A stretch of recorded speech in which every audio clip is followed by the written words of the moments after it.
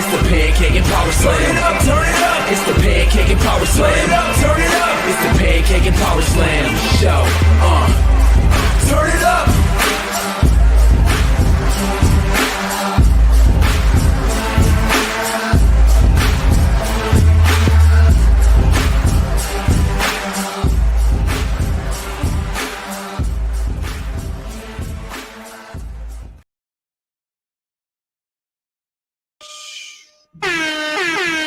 What's up, everybody? What is going on? What is going on? What is going on? What a difference a week makes.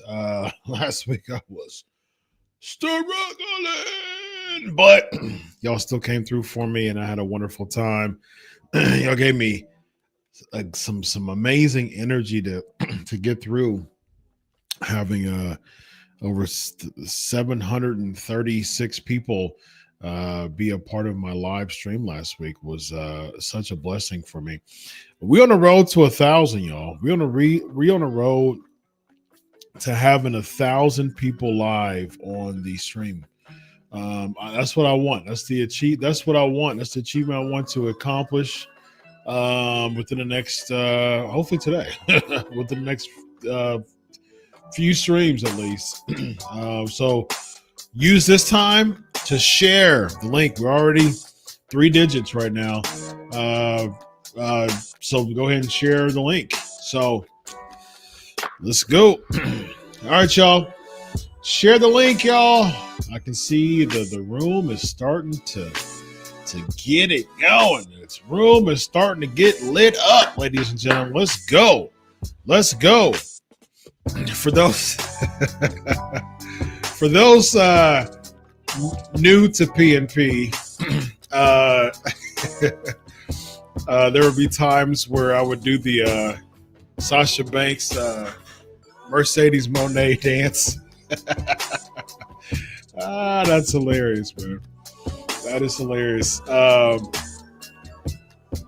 Yeah, it was some episode that we had that I was discussing Mercedes Monet, and I started doing the Mercedes Monet Sasha Banks. Hilarious. All right, let's do this. Hashtag Ask Doc, and I will answer these questions. Of course, we do Q&A at the end. But today we're going to talk about sibling rivalry, the psychology behind sibling rivalry. We got a big match coming up. Tribal Combat, Roman Reigns versus Solo Sikoa coming up on Netflix in a couple of weeks. So get your questions loaded. I see a bunch of questions being loaded here. So now it's time to share the link. Yeah. Share. Let's keep filling this room up tonight as we do. Thank you guys already for triple digits numbers right now. Live. Hashtag Ask Doc is the way to go. Be sure to share this link. Be sure to repost all this. And on YouTube, be sure to, at the end of the show, I know there's people throughout different places here within social media, but I want everybody to go over to YouTube within the show or after the show. I want you to like, even if you're on any other social right now, I want you to open another tab, go on YouTube, and I want you to hit the like button. I want you to hit the like button as we speak. Hit the like button, y'all. All right. Class is in session, ladies and gentlemen.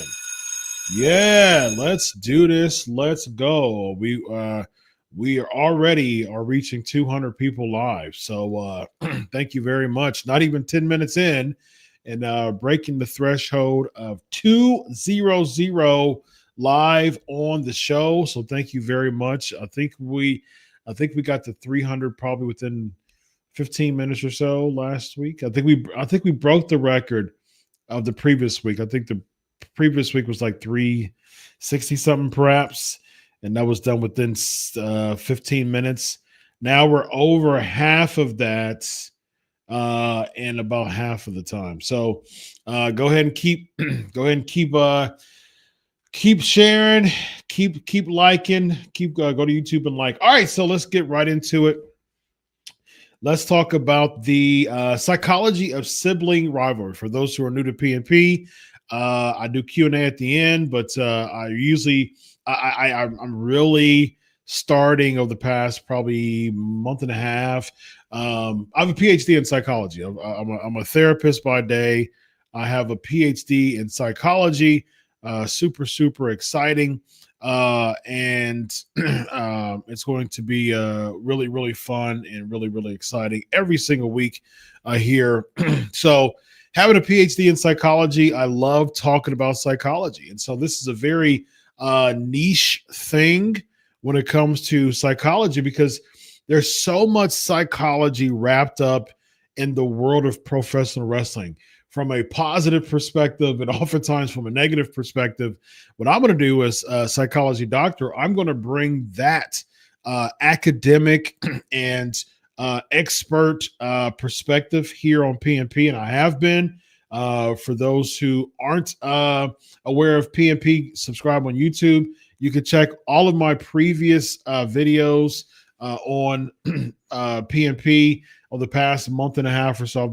I've been talking about some really good psychology topics, really good psychology topics.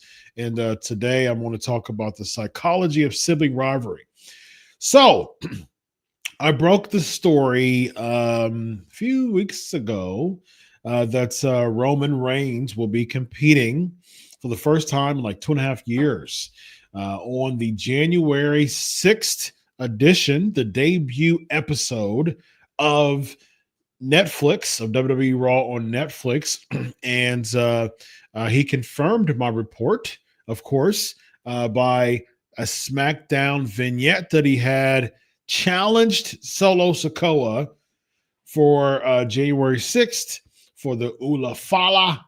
And so it was great. So it was cool to as an insider, as a reporter, it's always awesome to see your reports come to fruition.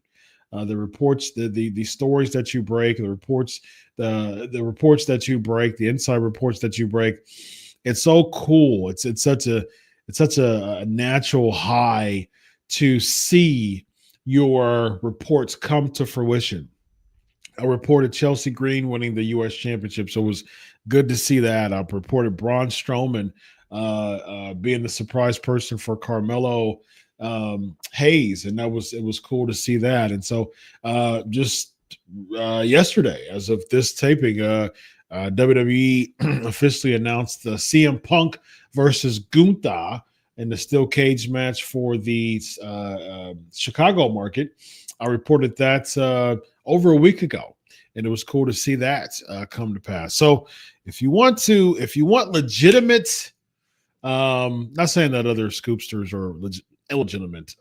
I don't speak for them. There's a lot of really good reporters out here, insiders. But if you want legit, great breaking news, inside reports, go ahead and hit that follow button on Twitter or X is what I report most of my stuff at. And when it comes to PNP, if you want to get the psychology behind pro wrestling, support me. Go ahead and hit that like button. Subscribe to the YouTube page. We're on route to 1,000. I want to get 1,000 subscribers by hopefully in the next few weeks. Hopefully this week. Hopefully this week we'll get it to 1,000. So I appreciate your support like crazy. I appreciate it so much. Right now, it's really good live audience. You guys are awesome. Live audience is awesome. Thank you so much. All right. So sibling rivalry, ladies and gentlemen, sibling rivalry starts off with, it goes all the way back to the first two sons of Adam and Eve. Of course, any type of Bible trivia answer, you would know Cain and Abel. All right. So God was pleased with Abel's offering, but was not pleased with Cain's offering. Cain did not take the time to communicate with God the way that he should have. As a result, unfortunately, Cain became jealous of his younger brother's relationship with God, which led him to murdering Abel in the field, is what the book of Genesis talks about. So that sibling rivalry really sets the tone of so many sibling rivalries throughout the history of mankind. And that is one of the biggest sibling rivalries. Of course, we know Jacob and Esau is another sibling rivalry in scripture. But Cain and Abel is definitely the OG sibling rivalry when it comes to being jealous of the favor that is being bestowed on one sibling because of his dedication to the ultimate authority, or the higher power, the greater power. Of course, that would be God. And so that really sets the tone of sibling rivalry throughout the annals of history. So here's the thing when it comes to sibling rivalry. As a child, it happens quite a bit. All right. There's a lot of conflict when it comes to children. A lot of children are just kind of wired to really curry the favor and get attaboys or attagirls, even going into adults. That type of kind of adulation and praise when it comes to children is very, very important for parents to have. There's actually studies that talks about narcissism and how the root of narcissism is insecurity. I've talked about that before. I'll talk more about that in future episodes as far as narcissism, root of that being insecurity. And there's not a ton of studies when it comes to the origins of narcissism, but there's a lot of, there's enough. There's a ample amount of psychology studies that talks about where does narcissism come from. Studies show that narcissism usually comes from either a deficit of praise as a child from your parents, or praising too much as a child, as from parents to a child. So you have two types of narcissism: grandiose and vulnerable narcissism, or overt and covert narcissism. We'll get into narcissism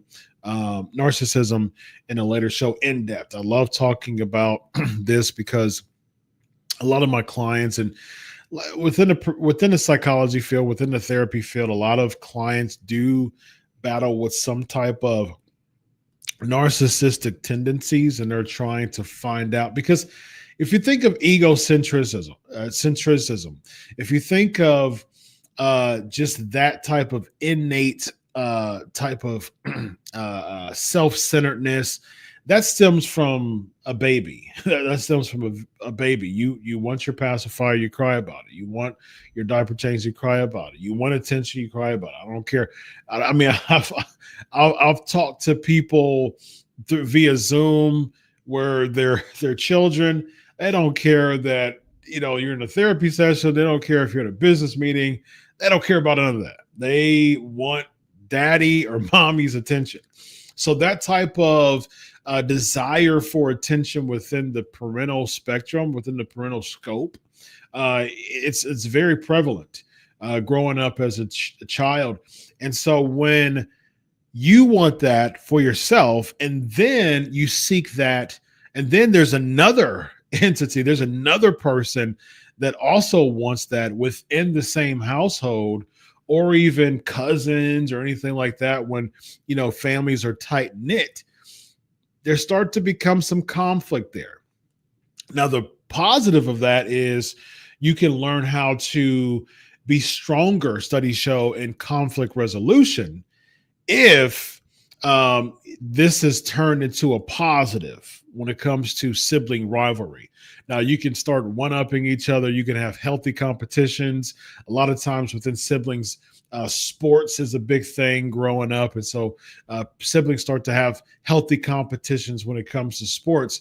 However, what we see in a lot of ways as children, even growing up to adults, it becomes a sense of jealousy. And Alfred Alder talks about that, and other studies show it. Alfred Alder talks about he talked about birth order when it comes to children, and the Alderian type of birth order, and tendencies or characteristics that certain people, certain siblings in the birth order tend to have. And that's an interesting study to really get in depth to personally in your personal studies.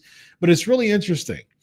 But another concept that Alder talks about is egalitarianism.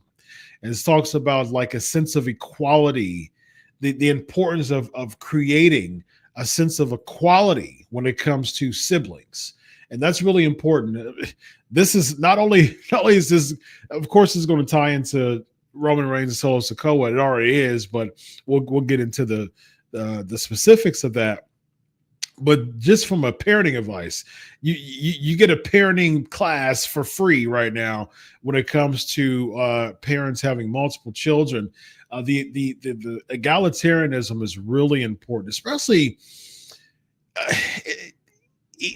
within all children, within all children, especially the middle child. I mean, their middle child syndrome is a thing. I mean, it is a real thing. And sometimes the middle child feels that mommy and daddy, or daddy and mommy's pulling oldest.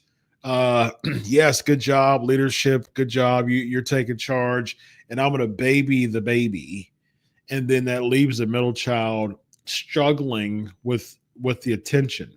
And so it's really important for this concept, this Alderian concept of egalitarianism, when it comes to parenting your child. And when it comes to sibling rivalry, it really is important to really focus on divvying your attention and your praise to all of your children.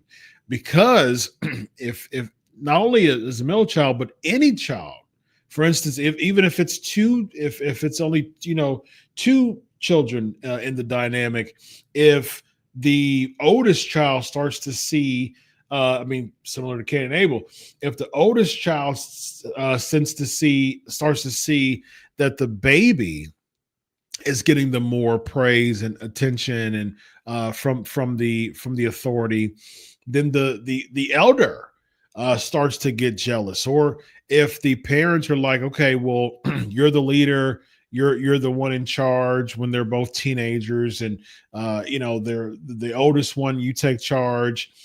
The youngest one starts to feel like, okay, well, I'm starting to feel a little favor that is being bestowed upon the parents and the eldest child. So it's a really interesting dynamic when it comes to sibling rivalry and the sibling dynamic. And it really is important from an authority perspective to be able to divvy out as equal as you possibly can attention, praise to within the sibling dynamic. So as you continue to grow older, it's interesting when it comes to sibling values. Now, there's a lot of siblings that become very close and share a lot of things in common. And there's a lot of dynamics where siblings just completely are polar opposites. And you wouldn't even tell, that they're that they're siblings based on life choices going polar opposite. So Dr. Megan Gilligan, she talked about the sibling values being similar as one of the best predictors of relationships. Now that's really interesting, especially when you get into adults. When you get into similar sibling values being similar, that's where we can get into the bloodline, the dynamic. You have the bloodline, which is talking about like class, like the Polynesian class, the Polynesian elite, so to speak. And you have the person with the Ula Fala. We'll talk about that in a minute. who has the highest rank, and then he has a group of people who are subservient to him, but at the same time, he makes them feel accepted. He makes them feel wanted by rubbing shoulders with him. Yes, there's a sense of haughtiness there when it comes to Roman Reigns. That usually isn't the case when it comes to the actual Polynesian culture when it comes to that. But at the same time, Roman Reigns called himself the tribal chief, right? And with the tribal chief, you have this bloodline. You have this. These tribal type of servants, in a sense. You have these tribal missionaries or mercenaries, so to speak, within this tribe to protect the tribe and to create a halo around the tribal chief. And so that was an interesting concept when it comes to Roman Reigns. They share the similar goal. And Gilligan says this. She says, we tend to maintain relationships with individuals who share our values and beliefs. When we have different values and beliefs, we're more likely to terminate those relationships. So that's when we get into Solo Sikoa wanting the Ula Fala. So Roman Reigns was the tribal chief. Roman Reigns has the Ula Fala. And then you start to get a little sibling jealousy there. Like I said, one person's in the sense of power. One person is more elite than you are as far as their recognition is concerned. You start to get a little jelly. And guess what? When Roman Reigns left, when Roman Reigns got defeated by Cody Rhodes, and he that was his dethroning for the first time in almost 4 years as champion. What he won in August of 2020. Yeah, they were in the Thunderdome era. So August of 2020 to April of 2024, nearly 4 years as champ. That's like Hogan. That's like nearly Hogan proportions or Hogan levels of title reigns. He left, and guess what? Solo Sikoa found his way to step in and say, I'm the tribal chief. I'm the new tribal chief. The Ula Fala is mine. And guess what he does? He creates his own tribe. He creates his own band of mercenaries to protect him as a tribal chief, to create a halo around him, because he feels that he can be a better version than Roman Reigns. Not only was this sparked by jealousy and envy, but now there's a sense of competition as well, saying, not only can I match, not only do I see your tribal chief, I'm going to raise your tribal chief and become a better tribal chief than you are, Roman Reigns. And so we'll see the culmination of this when it comes to January 6th on Netflix, when it comes to the Ula Fala. And a lot of people don't understand how, as a shoot, the Ula Fala has such a huge and a major prevalence and major rich history when it comes to the Polynesian culture and the Samoan culture. And so basically, when it comes to values, Dr. Lori Kramer said, if someone is with very different values isn't a relative, we might choose to cut ties. But it often feels different with siblings. She says, there's always going to be some degree of family obligation that's going to pull you back. So we saw that when it comes to the sibling rivalry of the Usos. We saw a break within the Usos.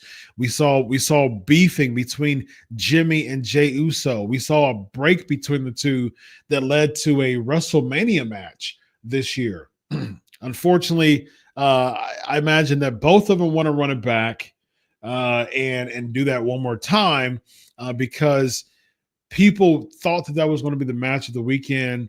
It felt too contrived, and I imagine that's just out of love and respect. Maybe a tournament match or something like that would cause them to go against each other because the angle wasn't as strong to really set up the match. It just kind of came out of nowhere, and then that led to a WrestleMania match, and it just wasn't as strong as it could have been. So I imagine they want to run it back. But here's the thing.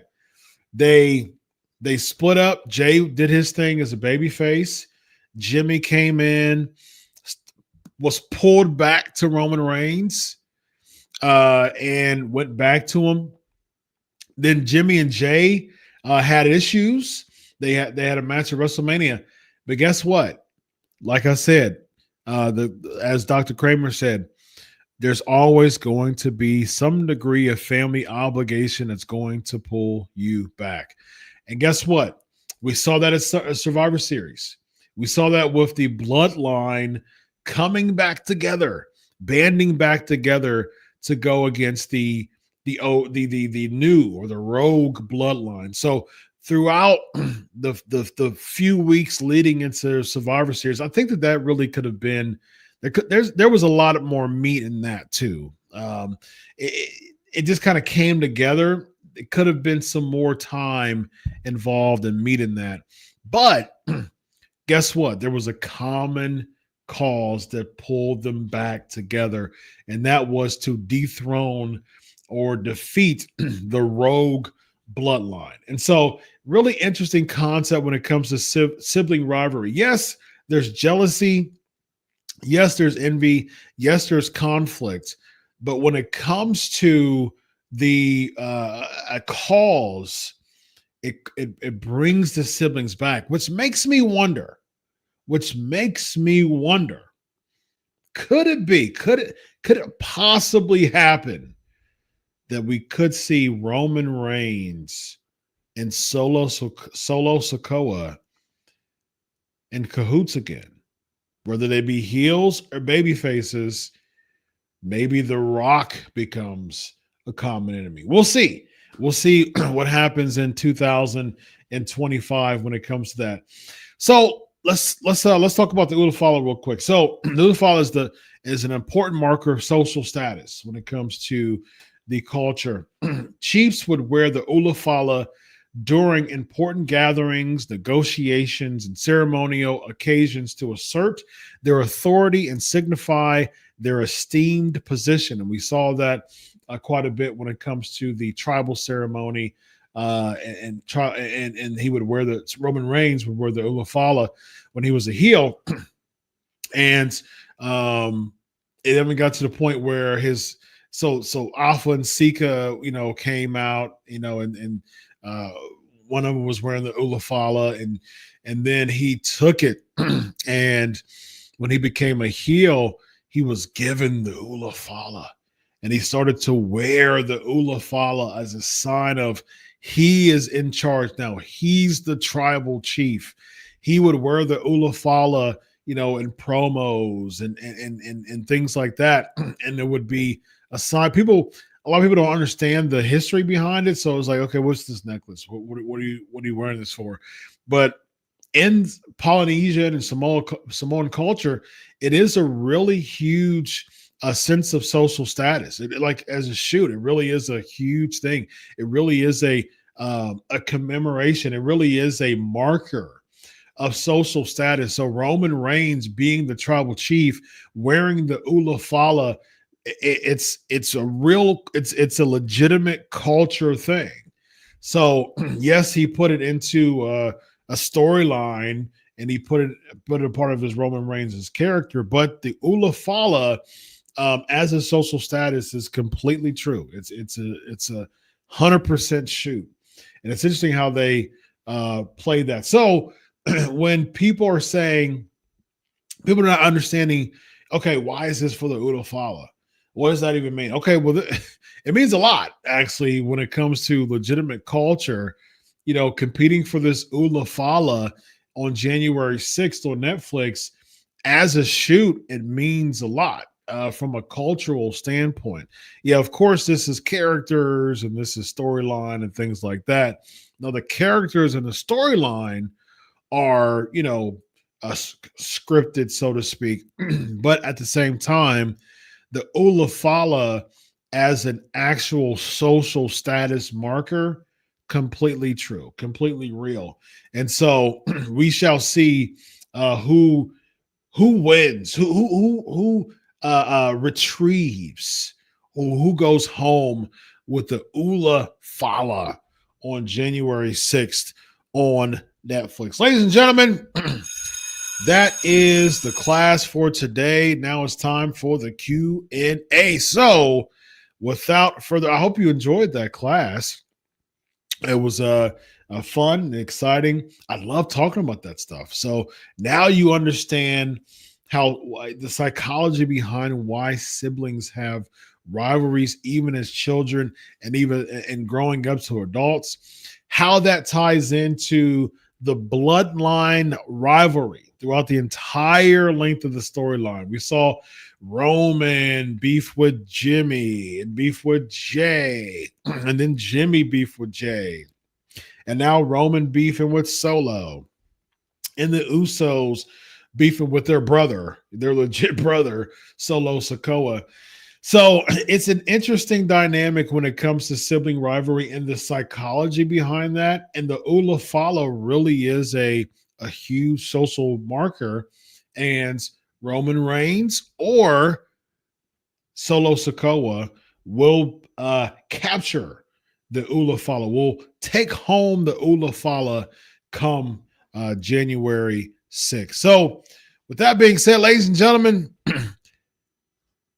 Merry Christmas, by the way. It's past midnight on the East Coast.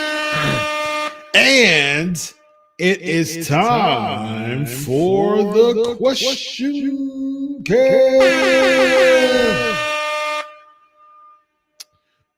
All right. Let's do this. All right, here we go. Got my Christmas checkered jammies on. My whole family does right now, actually. So we're ready. We're ready and Christmased up. So it's going to be lots of fun for our Christmas day. Some great presents for my kiddos, and got some really cool things for my wife as well. So we're looking forward to it. All right, let us. Ula Fala hoes, I'm intrigued. Nice. I hope you all enjoyed it. Be sure to let's bump those likes up on YouTube, y'all. Let's bump those likes up on YouTube. I love doing this. I thoroughly enjoy doing this and teaching y'all psychology behind things. Do me a favor back and subscribe on YouTube, like on YouTube, comment on YouTube. That would be you returning the favor to me. All right, the People's Wrestling Channel. Do you put cookies out for Santa and carrots out for Rudolph? Negative. Well, I don't do that. Nope. What's your favorite Christmas movie? For me, Home Alone, The Grinch, Elf, Miracle on 34th Street are all classics. Home Alone.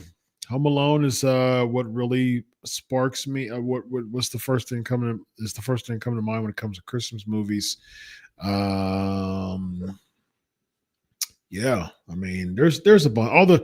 I've seen all the ones that you just mentioned, but yeah, Home Alone.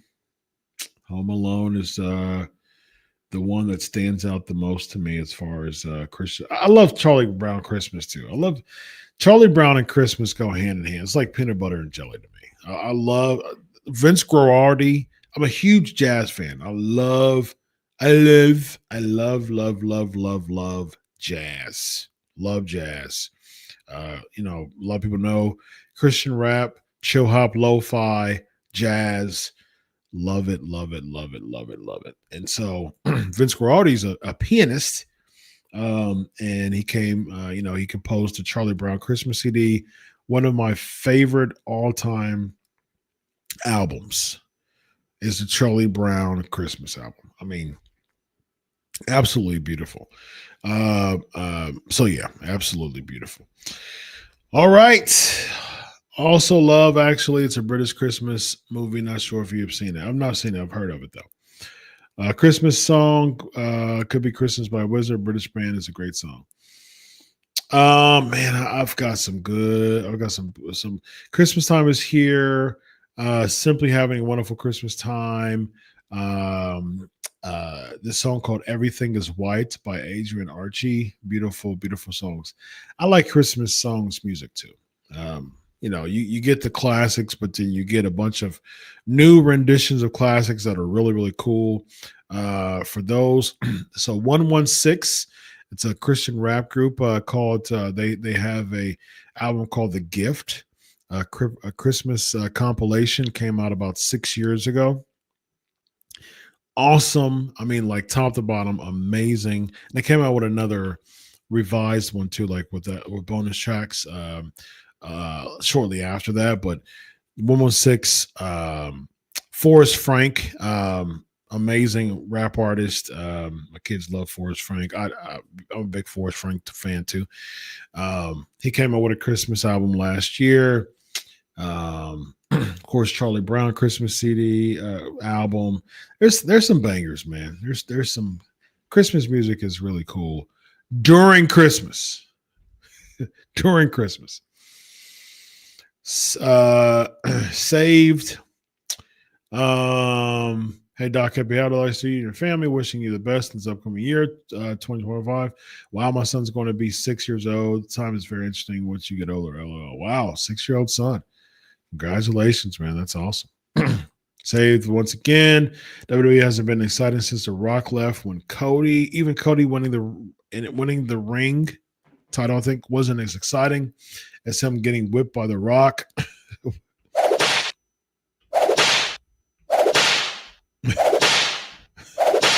By The Rock, getting whipped by The Rock with the belt. I don't know. My head hurt. When do you think The Rock will return? I don't know, man. I mean, like I said,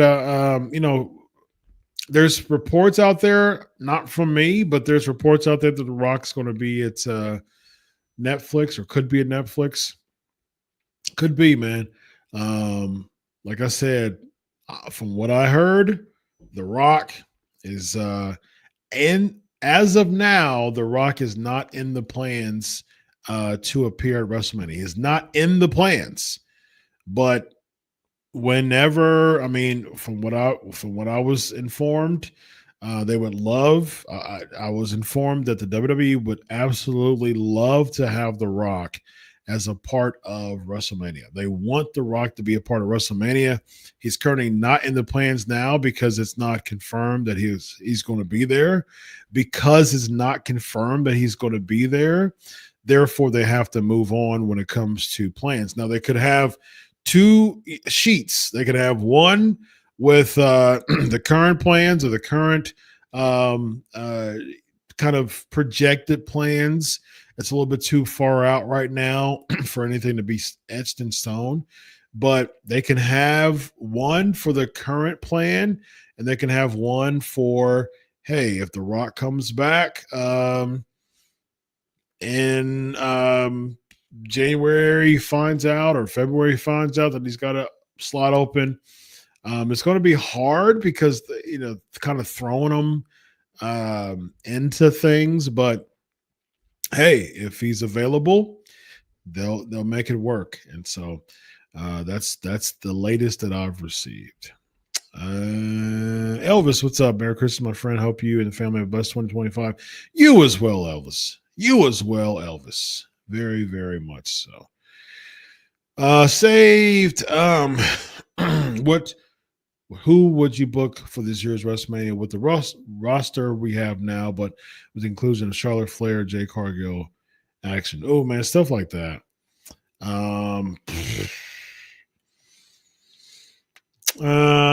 Jade is a baby face. I actually like Jade and Bianca because Jade still has some polishing to do in the ring, and her and Bianca together makes sense.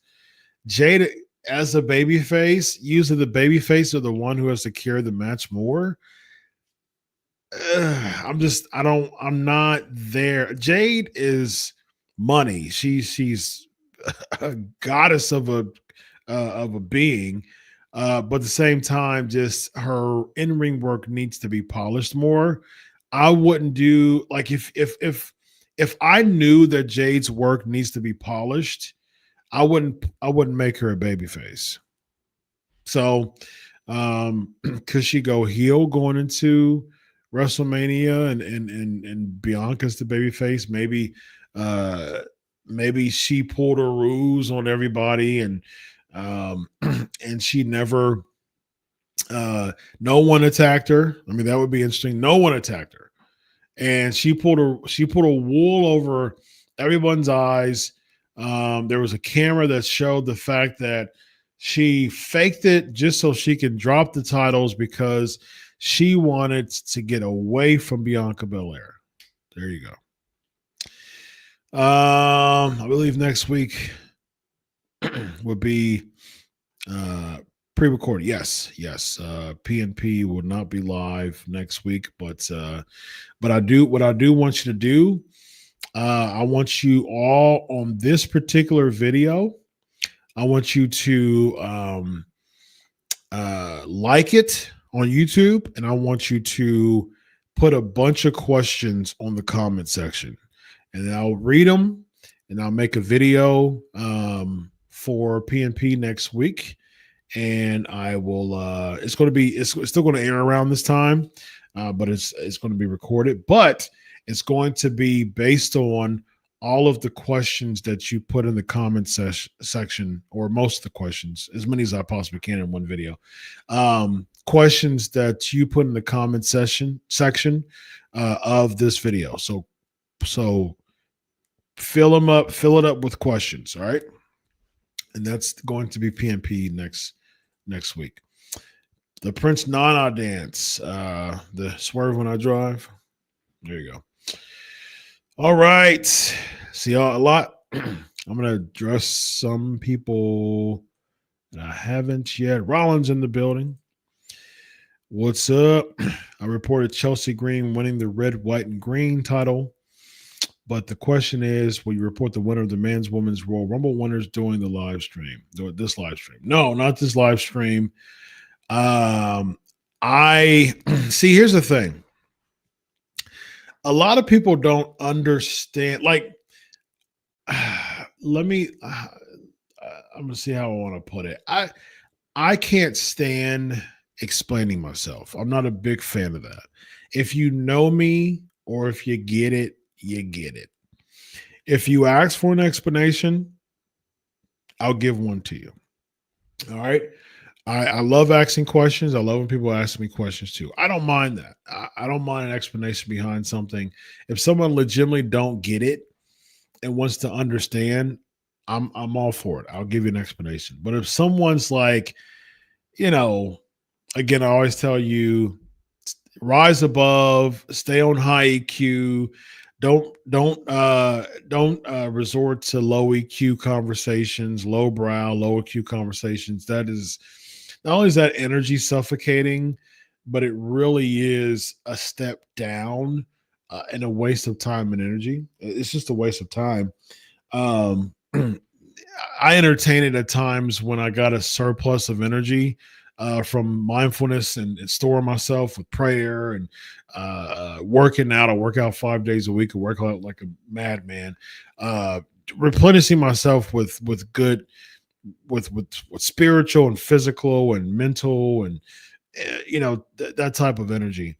I may have a few back and forths, maybe two occasionally with people on Twitter, just as a social experiment for my followers to see how just erratic people's behavior is when they're not working on themselves emotionally. So I'm super intentional. I'm telling y'all, I am so intentional about my report. I mean, I'm intentional about everything. People who are close to me, like you can ask people who are close to me and they would tell you that I'm I am such an intentional person. I always say life is a chess game. I always think about 4 moves ahead. I love chess. I used to be a part of my chess club in high school. Big fan of chess. I used to play chess on my phone all the time, daily. I haven't played it in a while, but I mean, I used to play chess all the time. I would stay uh, after school in high school, and I'll play against my chess instructor.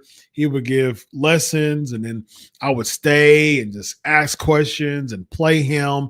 I lost, and that's the reason why like resilience is such an easy thing for me. Losses and failures and all that stuff. To me, that just means that it's just one step for me to succeed. It's just one step closer for me to succeed. And so, do I succeed at everything? Yeah, no. But do I fail at some things? Yes, absolutely. But at the same time, like my mindset is I'm very resilient. And so I don't mind letting things go if it's a waste of my time and energy by continuing it. But at the same time, generally, I'm very, very resilient. Like when I played chess, I kept going. I kept losing, and I was like, "That's okay." Like he's better than I am. So if I keep losing to someone who's better than me, that's what's supposed to happen. You know what I mean? Like I'm a huge Ohio State fan. If we keep beating teams that we're way better than, that's normal. That doesn't really create a reaction. What creates the reaction is a team who's not as good as you are beating you, like Appalachian State did to Michigan.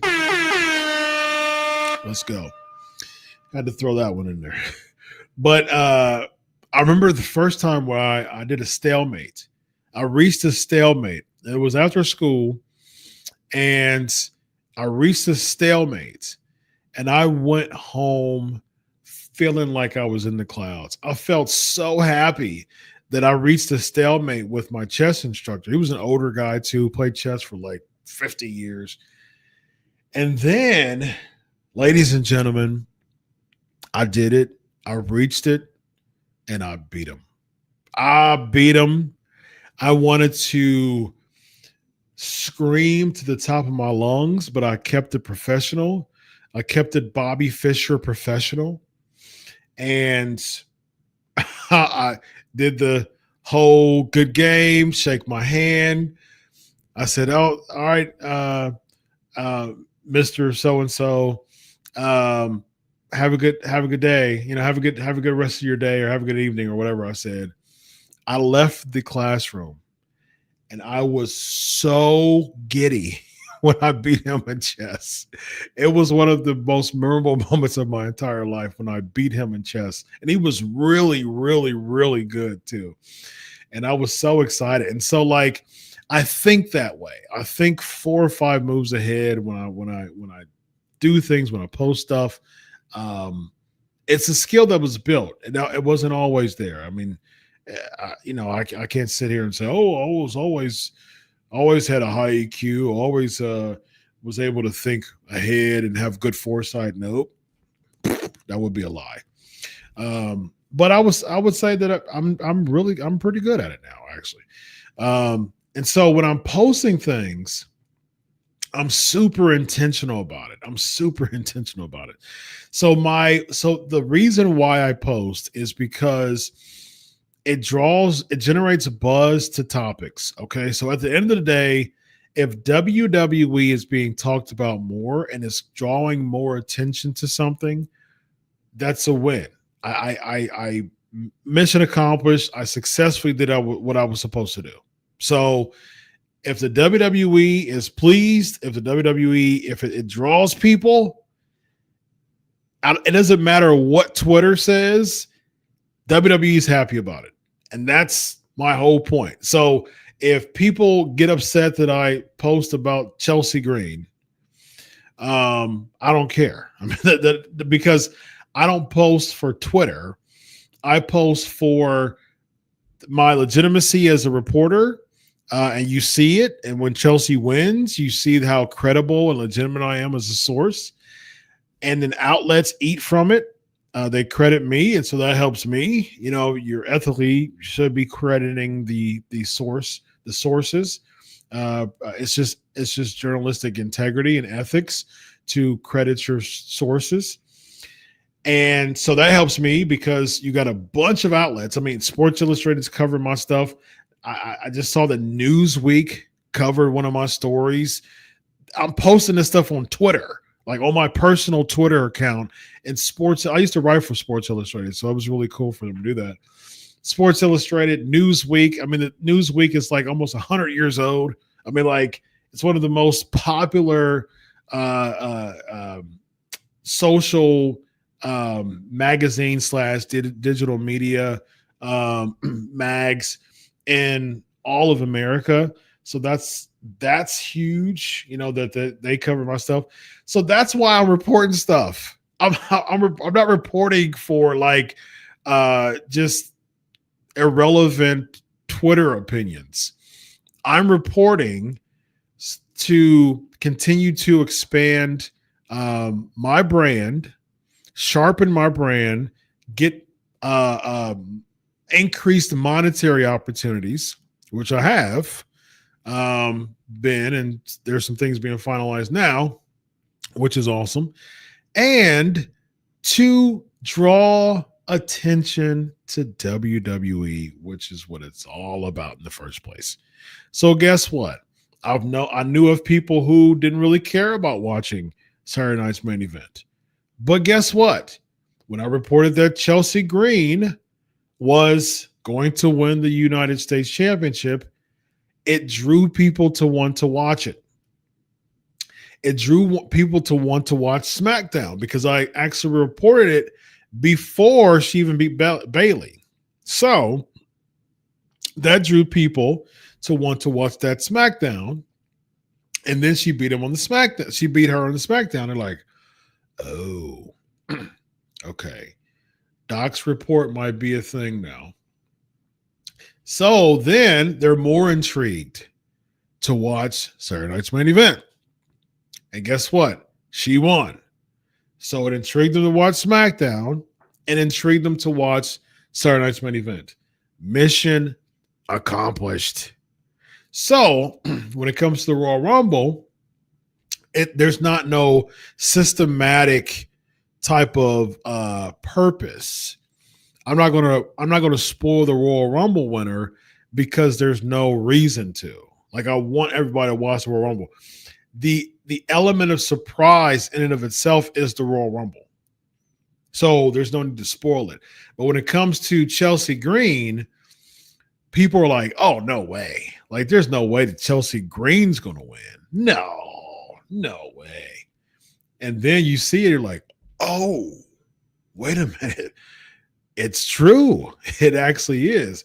Same thing with Braun Strowman. I intentionally reported that because it's not fair for Braun Strowman for people to be let down that he's the surprise person. And people kept saying, Penta, Penta, Penta, Penta. So what happens is you have this expectation bias, and then you don't see the what you expect wasn't met, and usually anger is a result of unmet expectations. So now you get angry and dissatisfied of Braun Strowman, and that's not fair to Braun Strowman because he's just doing his job, and he's a babyface, and he should be cheered. So guess what? If the socials know that it's Braun Strowman, they don't have to sit here and have these lofty, glamorized expectations, which pro wrestling people do way too much. I mean, these glamorization in pro wrestling is like an epidemic when it comes to pro wrestling fans. And so it's not fair to Braun Strowman to just simply do his job as the mystery person and perhaps get booed or dissatisfied from these, marquee fans. That's not fair. So I was like, okay, I'm intentional about that. I'm intentional about reporting Braun Strowman. I'm going to report Braun Strowman. All right. I currently know who the women's Intercontinental Champion winner is going to be for the tournament. Did I report that outright? Nope, I didn't. I did it intentionally because there are some interesting dynamics that can come into the hint that I dropped. But of course, you'll have people who are dissatisfied with any style of reporting. And that's, here's the thing, how I think when it comes to people and communications, there's always like outliers, like, especially within my following. There's like the people who follow me on Twitter are like as a whole, amazing, legit people. And I'm like, the support base that I've gotten over the past few weeks have been super, super cool. And I really, really appreciate it. And then of course you have like the outliers. And the outliers, like when you're doing, I took stats before, and the stats are really cool. I actually enjoyed it. You have like a sample size, right? And then you have like outliers. And the outliers usually the skewed, it's called like skewed numbers. And so you have like certain type, like when you do a sample size, you have this type of sample size that falls within this type of spectrum. You might have a couple of skewed, data sets or skewed samples here. You discard them. I mean, that's how stats work typically. And so that's how I think when it comes to people. You have people who are actually like interacting with me. I never care if people disagree with me. Disagree like adults. I mean, that's like being an adult. I don't like talking. I don't like bantering with children. I have 3 kids. I don't go back and forth and banter with kids. I don't do that. So I don't do it with adults. I do it with adults only to hope to again, as a sample, as a social experiment, as a social observation for people to see that person be emotionally unstable. That's the only reason why I do it. And I only do it for a little bit because it's already no benefit to me, but I have an energy surplus in order to give that a little bit of time. But again, it's outliers. And so when it comes to Chelsea Green reporting, that was very intentional. When it comes to the Intercontinental Champion hint, very intentional. I'm sure that I'm going to get some Royal Rumble stuff. I got a little bit of stuff already. Like I got some stuff already. I'm really timely in my reporting too. I'll be reporting some things here probably right after Christmas. I'm going to take today's Christmas. Today and probably tomorrow off. But probably this weekend I'll report some stuff. But yeah, I'll get more stuff in, and I like the picture. The picture, I know who's about to return. I received that information, and I threw a hint. And people got upset that I used a daggone Bible verse that talks about no fear in my hint. Again, outliers. And so that's how I think. That's what I'm very intentional about my stuff. So thank you for that ability to churn my thoughts there. All right, let's see. James, is it true that HBK was asked by WWE to come out of retirement to face AJ Styles but turned down? If so, good for him. He has nothing left to prove, especially after that 2018 match. Yeah, he's talked about that. He's actually confirmed that in an interview that, yeah, but he didn't find any reason for it. He didn't want to be that guy who just came back to make someone interested. I mean, to put someone else over. It doesn't benefit him, which I'm all for. I mean, I'm a big fan of branding, man. You got to protect your brand. If it doesn't help you, that you're just putting someone over who's probably not going to be all the way over consistently after beating you? Nah, man, I'm good. Have you got any updates? Matt Dragon is asking on any international PLE locations. Can we expect some new announcements soon? Yes, we can, and I will have that for you. I'll have that for you soon. Thanks for asking. Merry Christmas to you and your family. Hard question: do you consider Die Hard and Batman Returns Christmas movies? Die Hard doesn't automatically come to me as a Christmas movie. Batman Returns, it's not a Christmas. There's movies that came out in the Christmas era that isn't necessarily a Christmas movie. So, Roland, Spirit of Cain and Abel rivalry was somewhat reflected in initial Undertaker versus Kane storylines. Yep, WWE had a Kane. It has a Seth right now, but no Abel. However, there was a Mabel. Yes, there was a Mabel, and he was a man on a mission.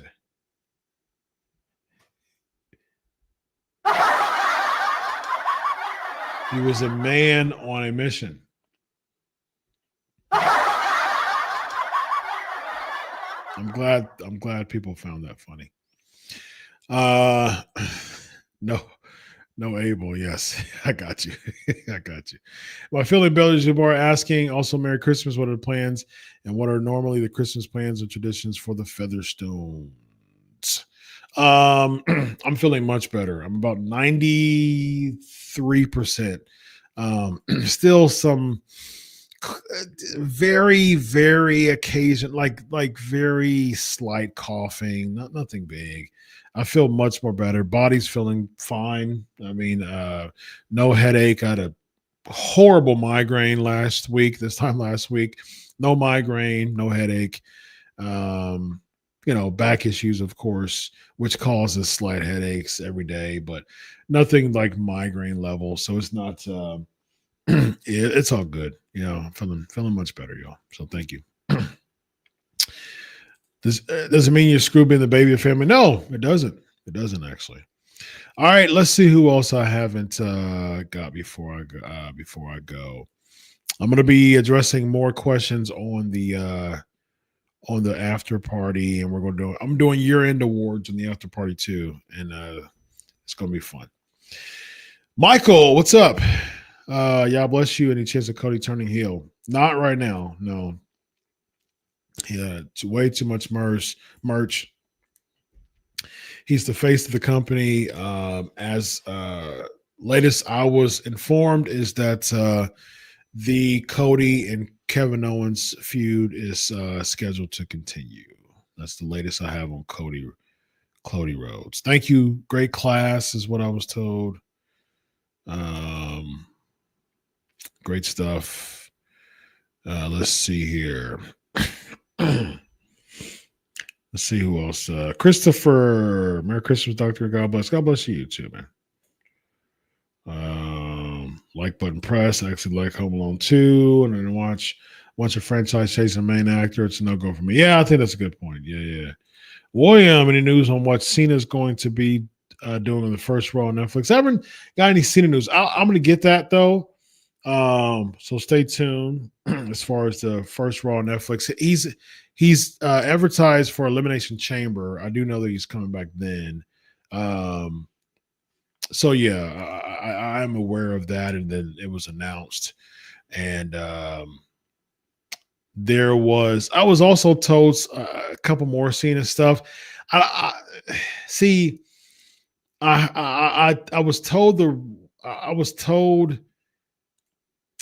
was told some things, but I wanted to confirm it more. I do not like reporting rumors. I mean, I hear stuff, I get stuff all the time. I don't like reporting rumors. Like I was actually told before CM Punk came back to the WWE, I was told that he's close to signing with TNA. I didn't report it because it was I just wanted more. And so come to find out, there's been talks even stronger now that yes, he was close to signing with TNA, after leaving AEW. I just never reported it because I don't know.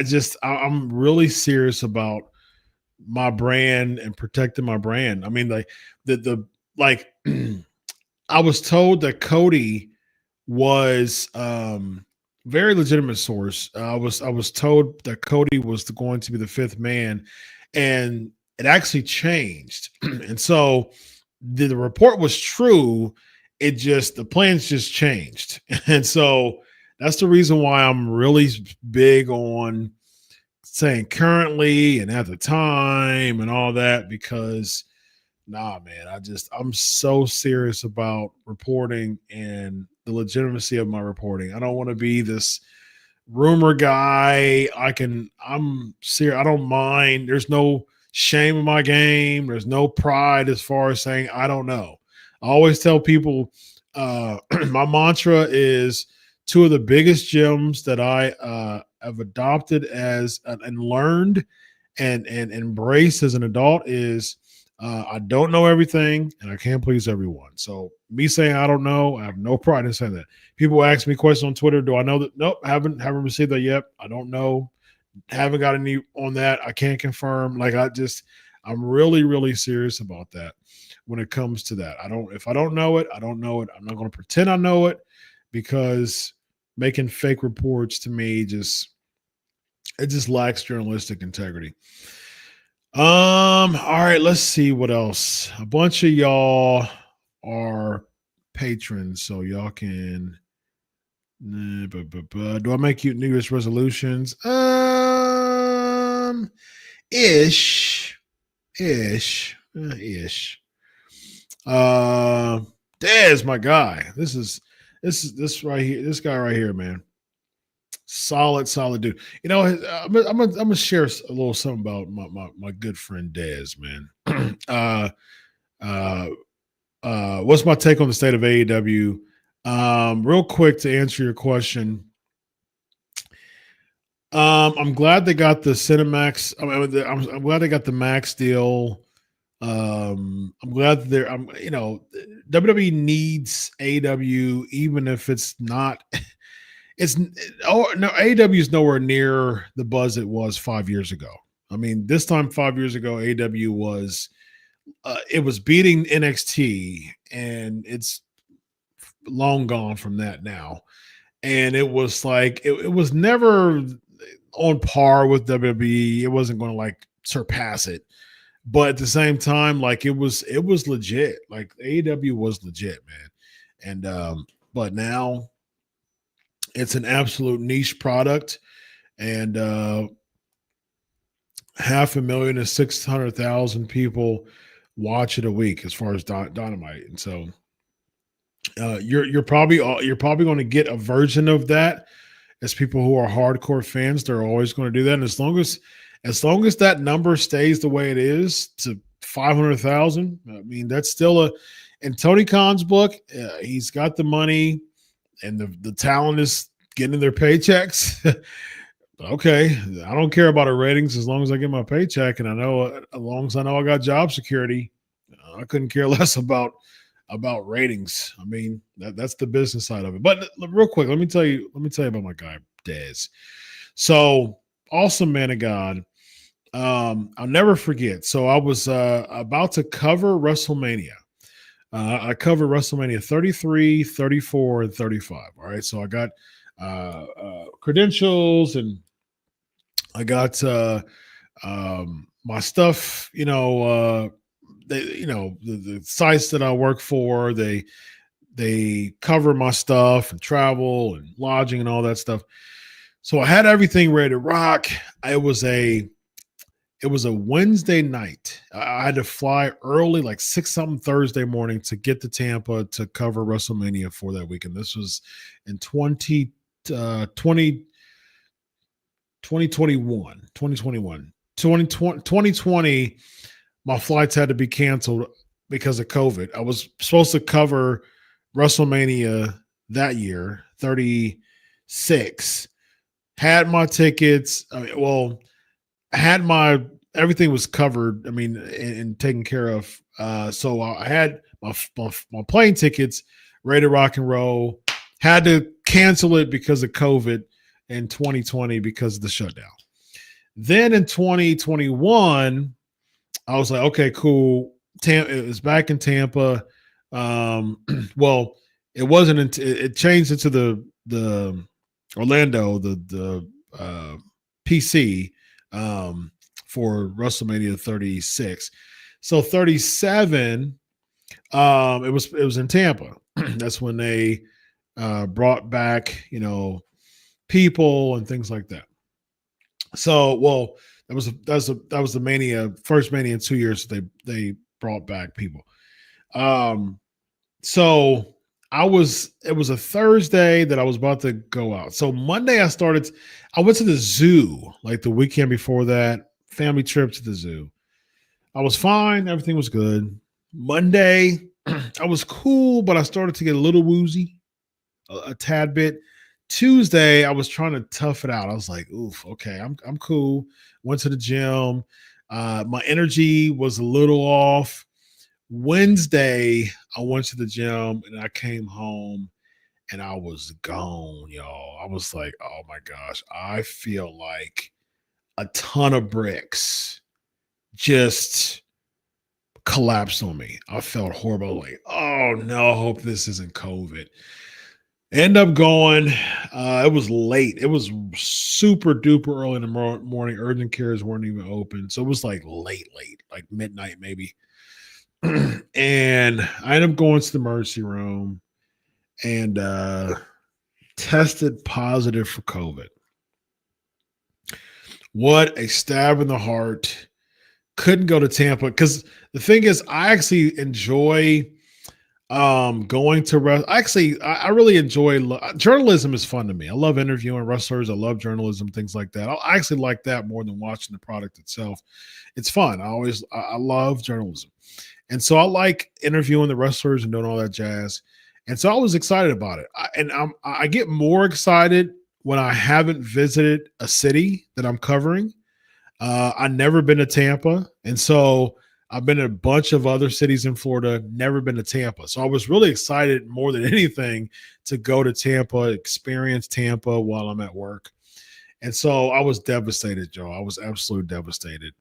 And so I told a few of my boys, they were super encouraging to me. So during WrestleMania that weekend, it was 3 of my good friends that we were chatting amongst each other. They were just really giving me support, and we were just like kind of live chatting with each other throughout the show. And another person who was live chatting with me throughout the show was this guy, Dez. And so I will forever be grateful for that, man. And I really, really appreciate that. All right. Man, there's some good questions on here, y'all. That's why I got to join my Patreon, man. Do I know if Rhea Ripley wins back the world title on January 6th? I have not been informed of that. I am not sure about that.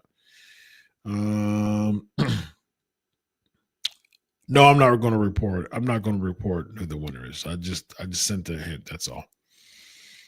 Info's on the way. Feeling better, Yeti? Yes, thank you very much. Very, very much. All right.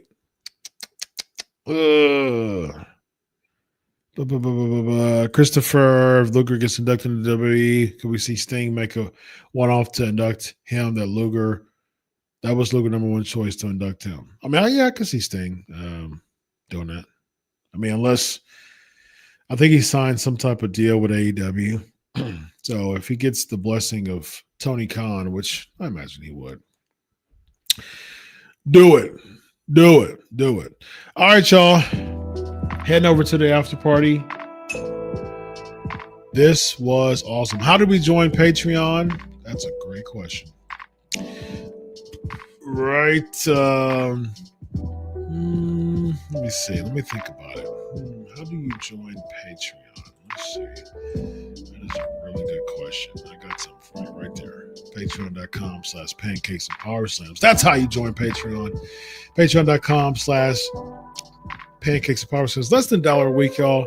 we had up on the stream. We all go up on the screen. A live Q&A. Today we're going to do year-end awards. Not going to be too long. It's Christmas, y'all.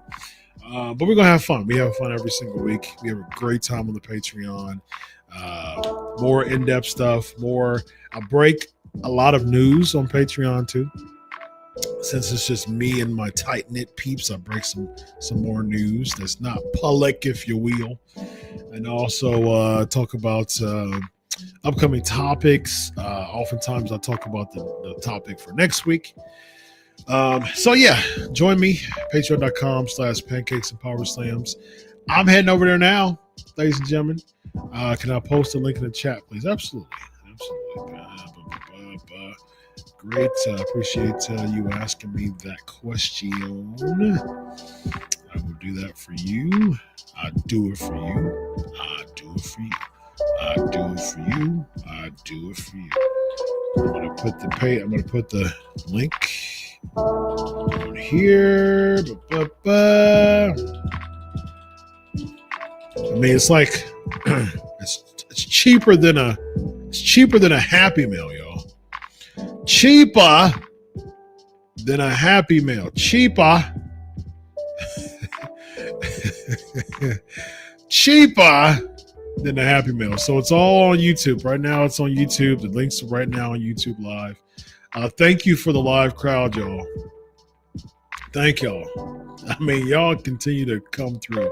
418 people right now on Christmas Eve going into Christmas Day.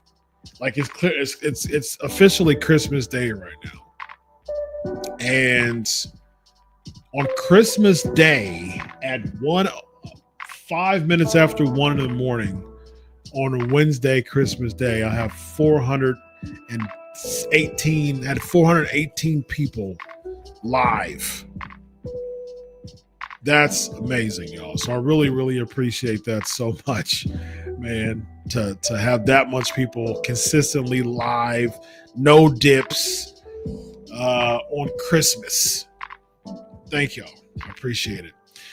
Head over to Patreon, patreon.com/pancakes and powerslams. Until next week, again, go to YouTube.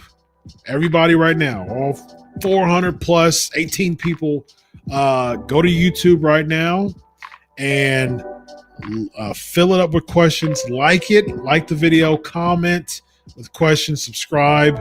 Let's boost up those YouTube algorithms. I'm going to answer your questions on a video, and I'm going to post it for next week's show. All right. Thanks for coming, y'all. Thanks for joining me this week. Until next week, enjoy your week of wrestling. God bless. And always remember, I do it for you. Merry Christmas. Happy New Year. God bless. Peace.